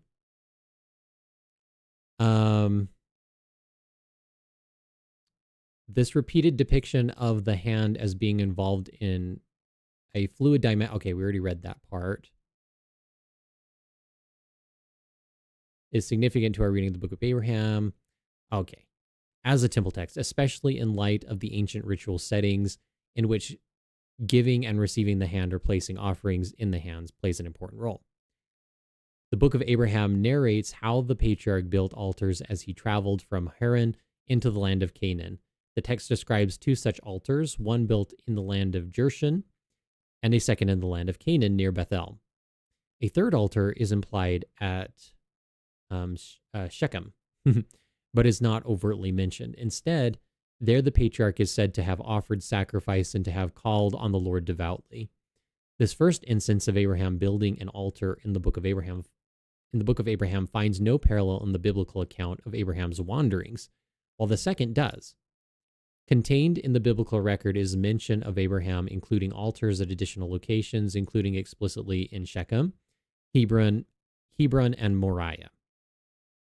This detail of Abraham building altars as he settled the land of Canaan recasts the narrative in a new temple light. For one thing, the Book of Abraham, building on but also going noticeably beyond what seems to be depicted in Genesis, explicitly frames the patriarch's building activity in a ritual context. Each time in the Book of Abraham when the patriarch builds an altar, first in Jershon, then implicitly at Shechem, and finally near Bethel, there immediately follows a ritual performance. At Jershon, Abraham made an offering unto the Lord and prayed that the famine might be turned away. At Shechem, he offered sacrifice and called on the Lord devoutly. And finally, at Bethel, he called again upon the name of the Lord. What's more, at Shechem, Abraham experienced a theophany where the Lord appeared to the patriarch and made a prophetic announcement that his seed would inherit the land. The Book of Abraham thus clearly depicts Abraham's altars as places of both ritual action, prayer, and sacrifice and theophany. The cumulative narrative effect of this, as Matthew L. Bowen has recognized, is that the account of Abraham's wanderings in Canaan can be easily couched in a temple context. Interesting. As he writes, substantial parts of Genesis 12 through 21 and Abraham 2 illustrate how Abraham templifies the promised land. Interesting. So he's leaving three different altars, very much like there's three different rooms in the temple. I love that. I love that imagery. And it illustrates how how he's templifying the promised land. It's recreation as sacred space by Abraham's building altars at Shechem, Mamre, Hebron, Bethel, and Moriah.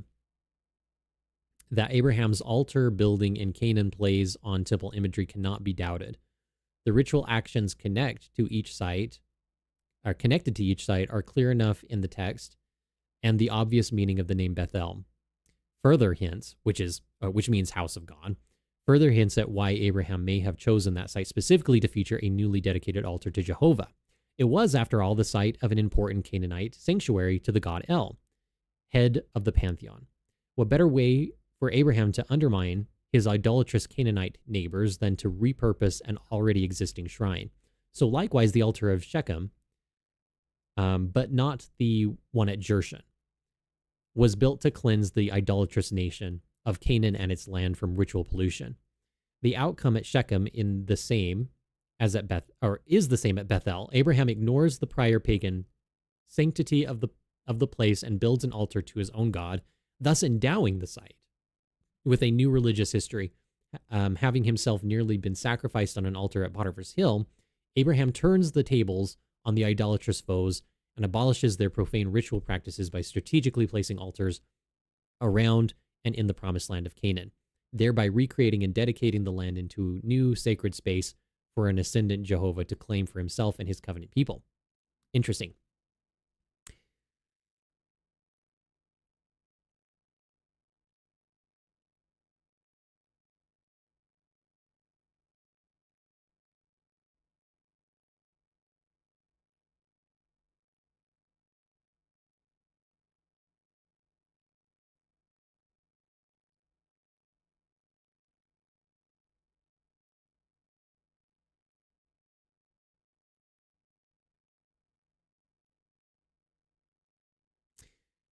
Okay, a word on facsimile 2 of the Book of Abraham seems appropriate to our present undertaking, especially in light of the explanations given to figures 3, 7, and 8 through 11 by Joseph Smith. I shall keep my observations brief since fuller treatment of how facsimile 2 and hypocephalus of Sheshank relates to the temple have already been provided. Suffice it to say for now that here we encounter a textbook example of the reciprocal relationship shared between scriptural text and temple ritual, since the canonical explanations to those figures both inform and are themselves informed by the Latter-day Saint temple experience. As important and interesting as the ancient Egyptian understanding of these figures are and how that may converge with Joseph Smith's explanation to the facsimile, something I shall touch on briefly in this discussion, our primary concern here is to explore a few of the ways in which the prophet, as an inspired synchronist and gifted seer, reappropriated this ancient Egyptian iconography to interplay with and otherwise provide graphic representation for both the revealed text of the Book of Abraham and its temple themes, and for the modern Latter-day Saint temple liturgy. Yeah, I just going over to the chat again. I don't know exactly what's going on with Nil, Melissa, so just keep an eye on that.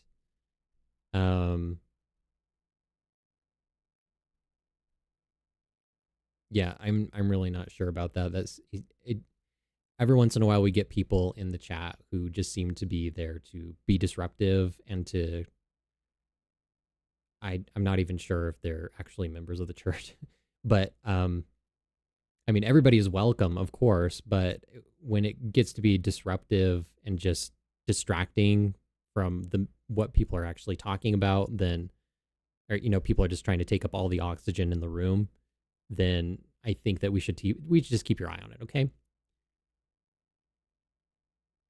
Figure 3 of facsimile 2, Joseph Smith identified as God sitting upon his throne, clothed with power and authority, with a crown of eternal light upon his head, representing also the grand key words of the holy priesthood as revealed to Adam in the Garden of Eden. Let's see how I'm... Okay, figure 3 of facsimile 2.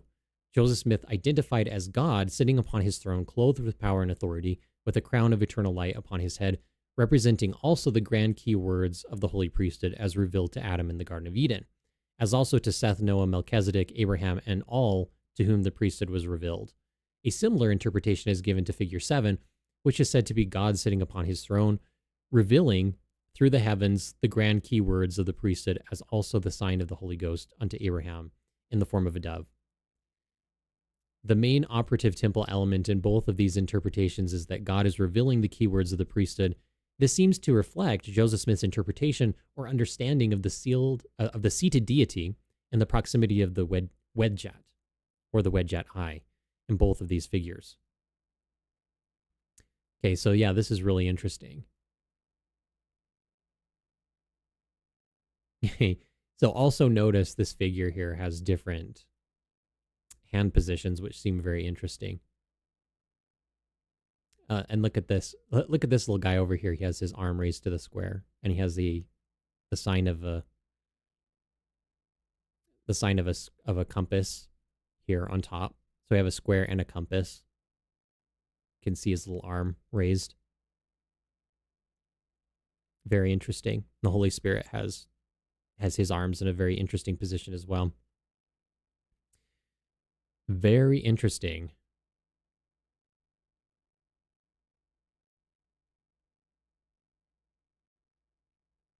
So yeah, we have three different Egyptian wedjat eyes.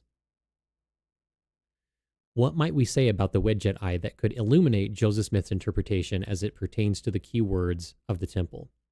First, it might be helpful to know the meaning of the word. In Egyptian, wedjat means hail, uninjured, and also well-being, or otherwise wohlbehalten, unversetter sein. The word can describe the health or wholeness of the physical body, the soul, or even an individual's moral character. In the Ptolemaic period, the word meant whole or complete, and also perfect, and appears in ritual settings where the ib is, or the ib, or the heart, is said to be. The widjat, when the words of the ritual are spoken exactly, that is, which is properly executed in Coptic, true to its Egyptian roots, the word, I don't know how to pronounce that in Greek, came to mean healthy, whole, and significantly from a temple perspective, salvation, saved in the Christian theological sense.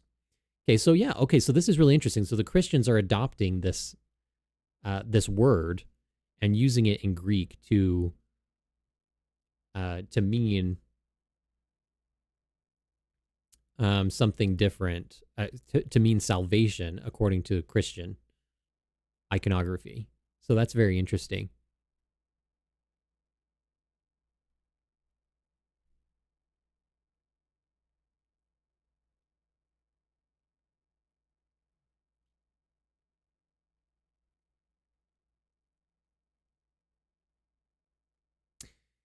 We'll continue reading. In the colophon to the discourse on Abaton, to name just one of the several possible examples, we read of the monk who secured, I don't know what that says, the salvation of his soul for writing and donating the book to the monastery of Saint Mercurius in Tibot. Beyond its etymology, we can also say something about how the wedjat eye functioned in Egyptian religion. In its Egyptian context, the wedjat eye was imagined as the whole or sound eye of the god Horus, used in the process of revivifying his father, the god Osiris. And so it held a pronounced apotropaic function. I don't know how to say that word. In this regard, the eye appropriately symbolized the divine restoration and renewal of the body. But the wedjat eye was more than this. It could represent almost any aspect of the divine order, observes Geraldine no, it's not Finch, it's Pinch, including kingship and the offerings made to the gods and the dead. It also appears in temple contexts. In Ptolemaic temple inscriptions, the term is connected with saving and protecting the body or being saved in the temple. The phrase widget or Ouija, I'm saying it wrong. You guys, it's been a long day. I'm very tired. I just say it. I wish that they would just write it out because I don't speak Egyptian. In any case, is used in one demotic creation text as something the creator God does to the gods while eternally rejuvenating them, a usage reflected in prayers for mortal individuals, and it appears in the temple graffiti of petitioners requesting blessings. Joseph Smith's synchronistic recontextualization of the iconography of the Widjat eye for a Latter-day Saint temple setting is thus entirely appropriate and finds solid grounding from both an ancient Egyptian and an ancient Christian perspective. What's good for Coptic Christians is good for Latter-day Saint Christians, after all. Yes, absolutely. I think that sometimes we see a double standard, amongst our Christian brothers and sisters who are learning from traditions they don't even realize are much more ancient than even early Christians, let's just say. So they're taking Egyptian iconography and repurposing it, and Latter-day Saints are doing the same thing, or Joseph Smith is doing that through the process of restoration and repurposing Egyptian iconography to Latter-day Saint Christianity. Okay, so with this understanding, therefore, Latter-day Saints may better appreciate how the figure of the Widjat eye, in facsimile 2, relates to their own expectation for eternal life and resurrection in God's presence obtained through the key words of the priesthood as revealed in the temple liturgy. Figures 8 through 11 of facsimile number 2, Joseph Smith left untranslated, commenting instead that these figures contained writings that cannot be revealed unto the world, because they are to be had in the holy temple of God. The hieroglyphs that appear in both the manuscripts and published versions of facsimile 2 appear legible enough for us to secure a fairly reliable reading. Interesting. Facsimile 2, Book of Abraham.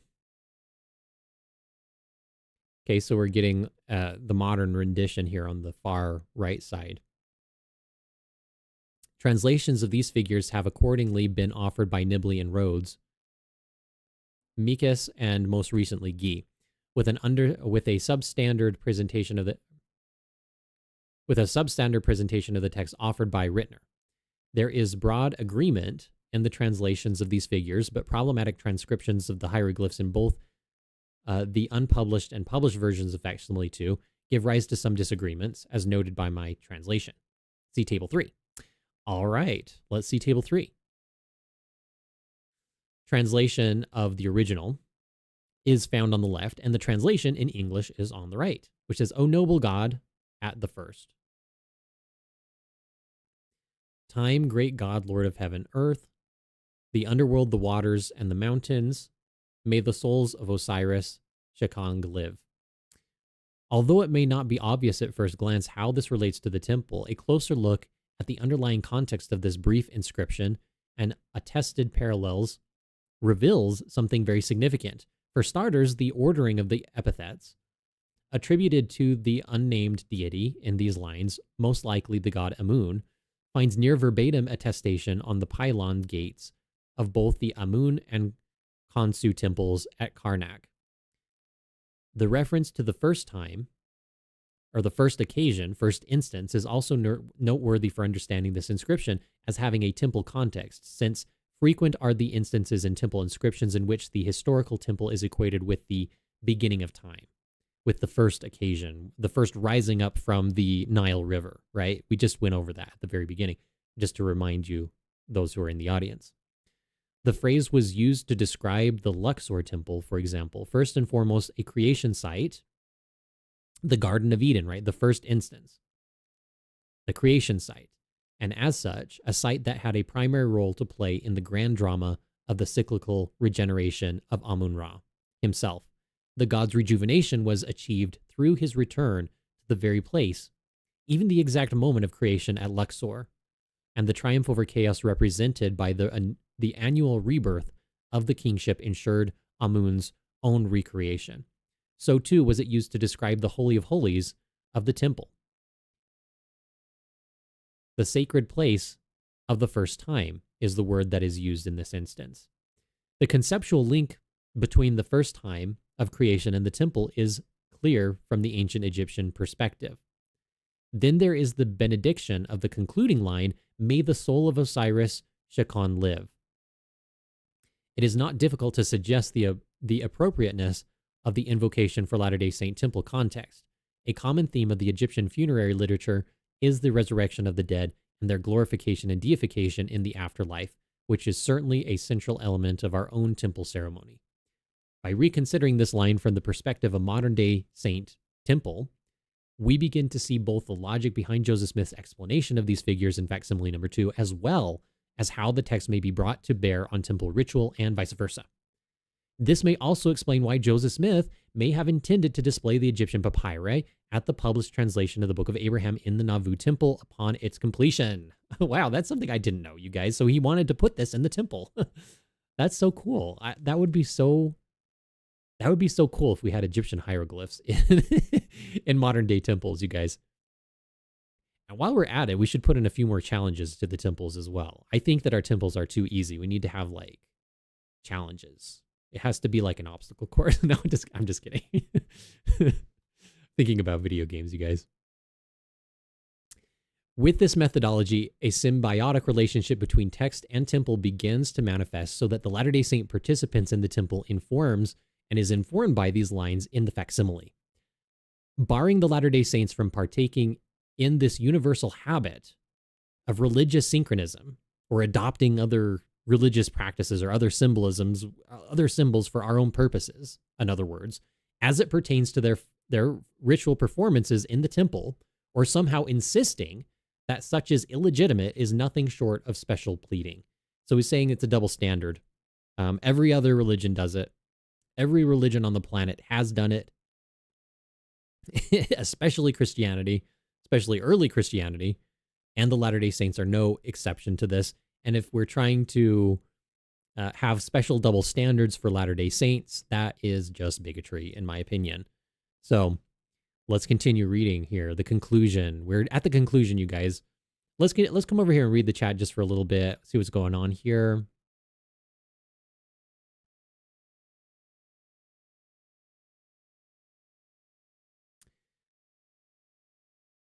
Okay, yes. So Dr. Sean Center says, your body is the temple. The only way to understand the body, your temple, you must attend the temple in order to be endowed from on high and reach and be received by the Savior. Yes, yeah, indeed, that is true. Yeah, that's an interesting connection to be made, especially since we're considering the wedge jet eye in that context just now, isn't it? So yeah. So as we go to the actual physical temple, we're reminded of our bodies as a temple as well. That's a very good connection. So Lindsay Black says, these facsimiles are so incredible. The symbolism for the temple is just amazing. Hosanna, Hosanna, Hosanna. Linzo says, I like what you said about understanding the temple. I love how we have the Spirit always to be with us. This fits the theme of our body as a temple. Yes. And Lindsay says, Spencer, amen. Yes. So yeah, Linzo, I agree with that. That's very true. I like what you said about understanding the temple. I love how we have the Spirit always to be with us. This fits the theme as your body is the temple.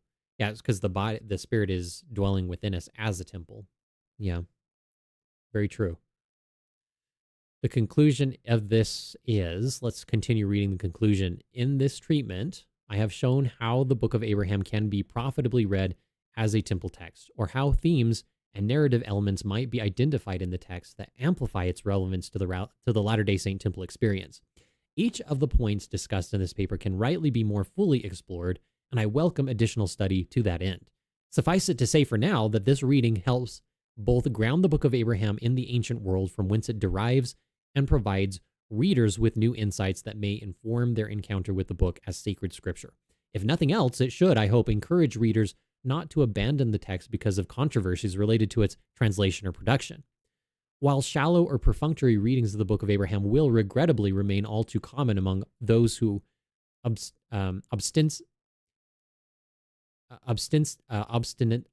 sorry, I'm having a hard time reading you guys, those who obstinately refuse Joseph Smith the courtesy of taking him even somewhat seriously and on his own terms, be that out of either commitment to ideological priors or just good old-fashioned anti-Mormon spite, that should not stop us from digging deeper into this inexhaustible text. It's so true. We just talked about that, didn't we, Lindsay? How we can just keep talking and talking about this inexhaustibly, and we always are finding new symbolism and new details to ponder and reflect upon. It's inexhaustible text that has unmistakable and important ties to God's holy temple. And then he goes and gives a list of references that we can look up if you want to. But yeah, I definitely encourage you guys to look this paper up and look at these different things. This is so huge, you guys. It's so wonderful to look through. I love these connections that are being made here. I love how it seems to me, I love these diagrams here that we just saw. Now let's see if we can find them again. We read a lot, didn't we? Not that one.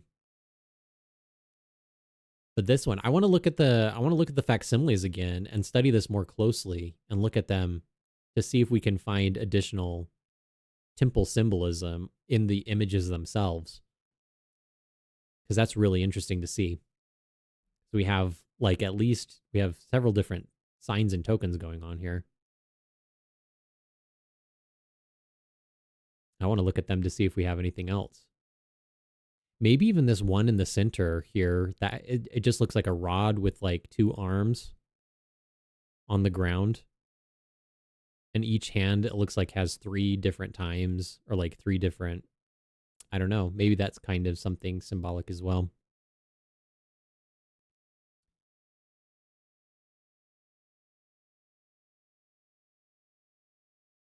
Yes, I had a fascinating time studying ancient Egyptian temples. As an art major, you're actually required to have a background in art history, and we did study the ancient Egyptian temples in that class, which was interesting. But yes, it was fascinating to me to discover that there was 3 distinct rooms. I wish that we would go back to I know for practical reasons that the church is moving away from 3 different rooms. They're keeping everything in one room and just changing the lighting so it seems like a different room. But the old temples like the Salt Lake City temple match that so closely of the Egyptian temples. It's just remarkable to me how there's 3 different rooms. We start at the Garden of Eden. It just very much like how in the first instance, right, it was talking about how the Egyptians started in the first room by the Nile, and it's a room that's painted. The walls are painted with reeds and the Nile River and different creatures as you're progressing through the temple. So it's really a symbolic thing. I love it.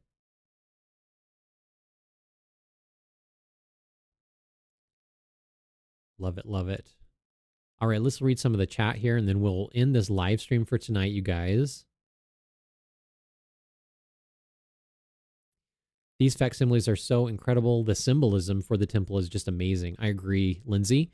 Spencer says, Hosanna, Hosanna, Hosanna. Welcome, Spencer. Yeah, absolutely. Amen.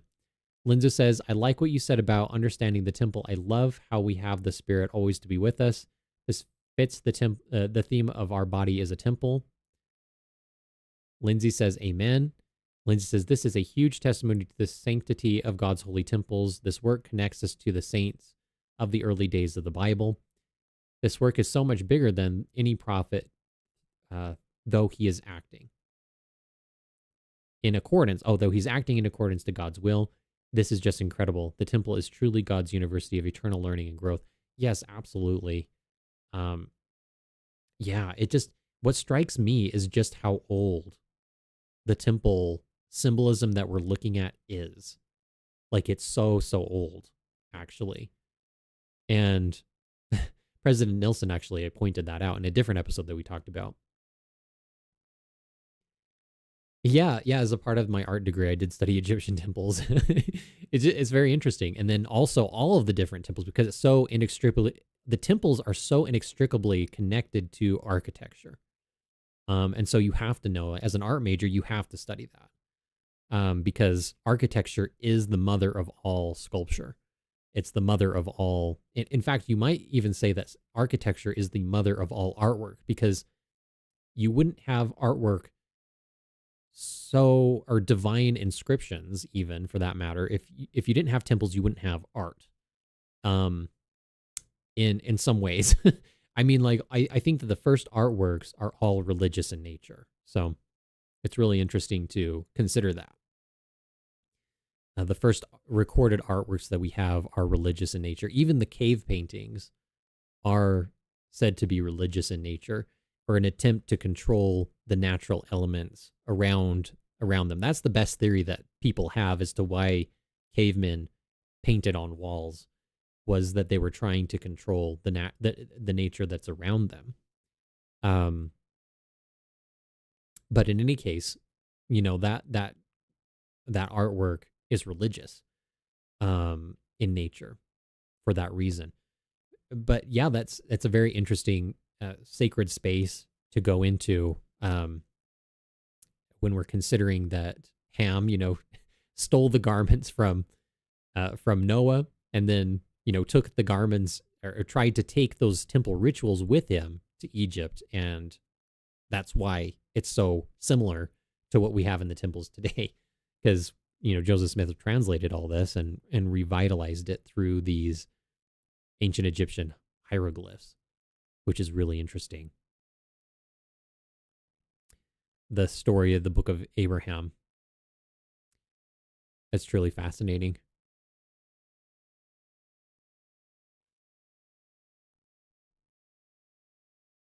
Hmm. I'm going to look at these pictures more closely now within this context.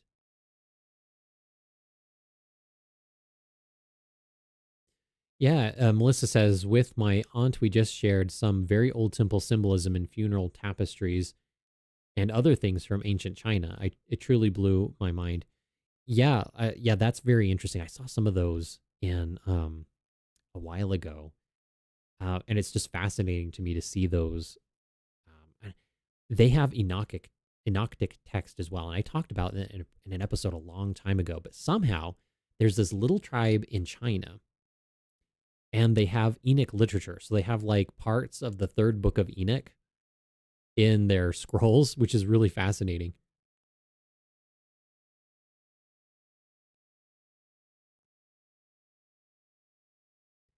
Oh, Vindig guy says, I'd love to see you do a collaboration with Latter Daily Saints.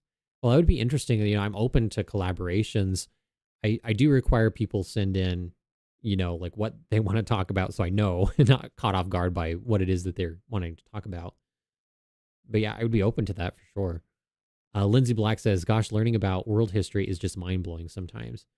Yeah, it really is. Yeah, and how they talked about how the mountain of the Lord was the first temples in this paper too.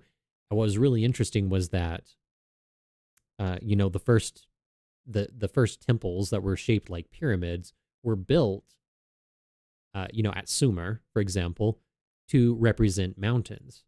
So that as you're climbing up these steps, it's like you're climbing up a mountain to get to the summit to achieve more closeness with God. And we also studied that in art history as well, before moving on to Egypt, because Sumer was before um, the Egyptian temples, I believe, historically, I think that was the case. But yeah, and then you have, of course, the Egyptians making their own temples, which represent mountains of the Lord, and uniting heaven and earth together, very symbolically. Um, but yeah, in some regards, I do wish that we would go back to doing the 3-room temples.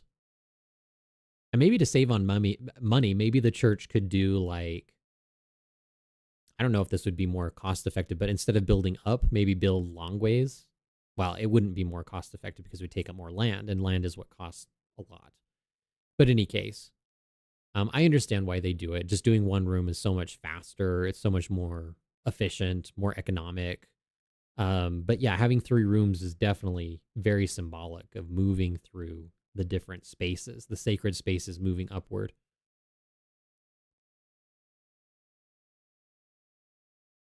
Oh, it's Fuxi. I was not thinking of the Fuxi, Melissa. I was thinking of the Manchinians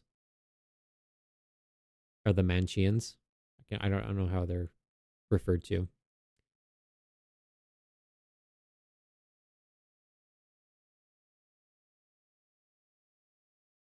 Interesting. Maybe there's 2 different ones.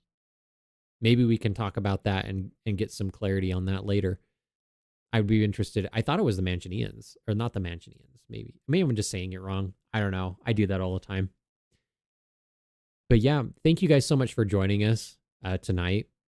I appreciate you guys being here, and I apologize if to Nell or whatever if he was actually being earnest. I'm sorry. Things got a little tense.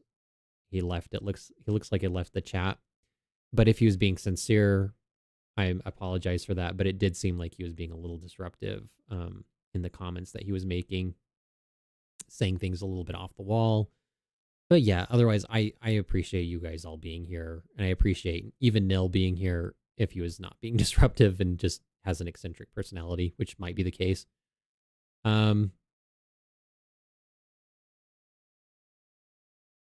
Oh, interesting. Melissa says in China, she also shared a book to me of Fuxi and Nuwa and how they believed in becoming gods and goddesses. That's fascinating.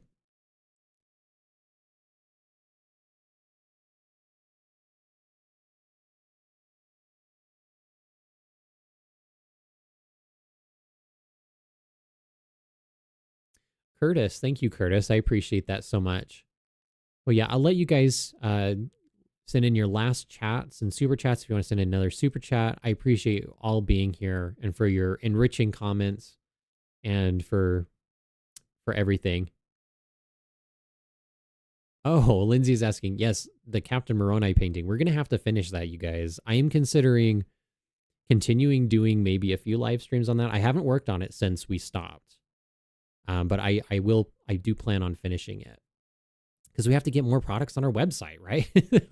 Well, if anything else, right?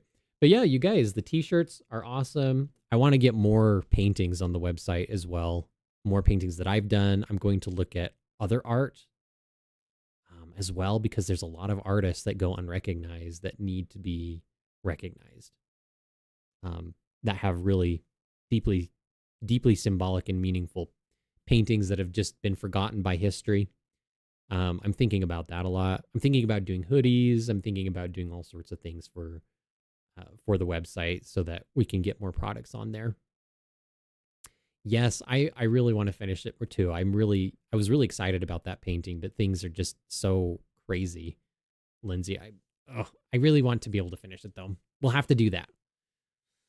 I'll have to do that maybe starting in January next year. You guys, we're almost to 2026. Can you believe that? This has been a crazy, wild year, you guys. Yes, this is Terry. The squashmallow is named Terry because he is a triceratops. Terry the triceratops. And I stole him from my brothers to be in the podcast specifically. Oh, Melissa didn't see the shirts. I'll show the shirts one last time. So here's our black shirt.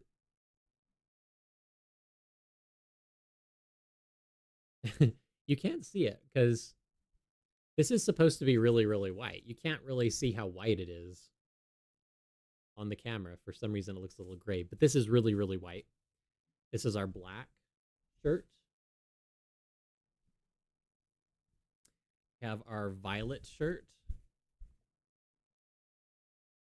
our royal color, and our navy blue. We have navy blue shirt. It's a very dark blue. I love it. These shirts are very high quality. They're light, very breathable, made of 100% cotton, very soft, and you can take the tags off if you don't like the scratchy. The tags are designed so that you can just rip them off. So It's really, they're very nice shirts. We invested a little bit of money to make them nice. So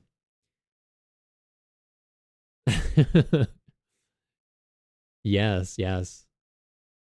I'm glad that you haven't forgotten the paintings. Thank you, Lindsay, for appreciating my artwork. I appreciate that a lot. So Jules says, thank you. Thank you so much, everybody. And before you go, make sure to like, comment, and subscribe. We still have 117 people, you guys, watching tonight. Yes, navy is a very nice color. It's a rich, very dark blue. And I'm assuming that when you wash it, it will become lighter because the picture was a little bit lighter. So I don't know. It's very dark. I was almost confused them for black when I first saw them in the light of my house, But it's a very rich blue color.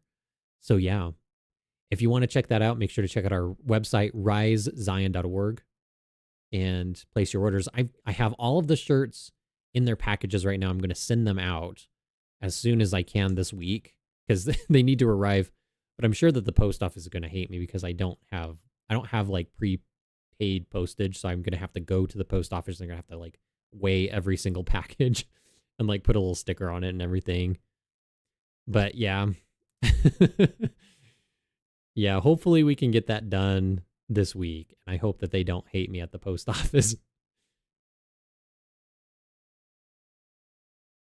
Well, thank you, Melissa. I appreciate that as well. But yeah, thank you everyone for watching tonight. We'll talk to you later. We'll see you next time, okay?